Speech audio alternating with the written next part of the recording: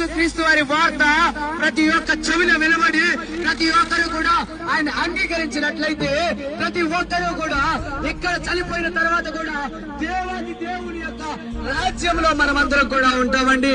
ఈ యొక్క విషయాన్ని మీ అందరికీ తెలియజేయడానికి మేము ఇలా వచ్చాము.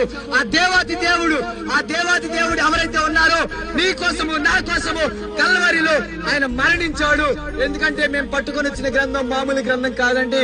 మేము పట్టుకొని వచ్చినటువంటి ఒక బైబిల్ గ్రంథం ఉంది చూశారు. ఈ బైబిల్ గ్రంథం ఉంది చూశారు. ఇది మామూలు వ్యక్తులు రాసింది కాదు.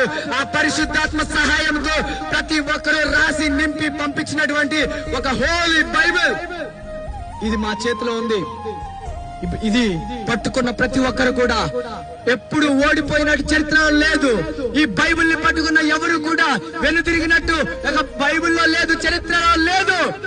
ఈ రోజు ఈ బైబిల్ ని మీకు ఇవ్వడానికి, మీకు పంచడానికి, మీకు పరిచయం చేయడానికి మేము మధ్యలోకి వచ్చాం.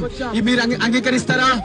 యేసుక్రీస్తు ప్రభు వారు మన కోసం మరణించారన్న విషయాన్ని మీరు అందరూ అంగీకరిస్తారా? యేసుక్రీస్తు వారి రక్తం ద్వారా మన పాపాలు క్షమించబడుతున్నాయి. మనం చేసిన పాపానికి జీతము వచ్చేసరికి మరణానికి దారితీస్తుందండి.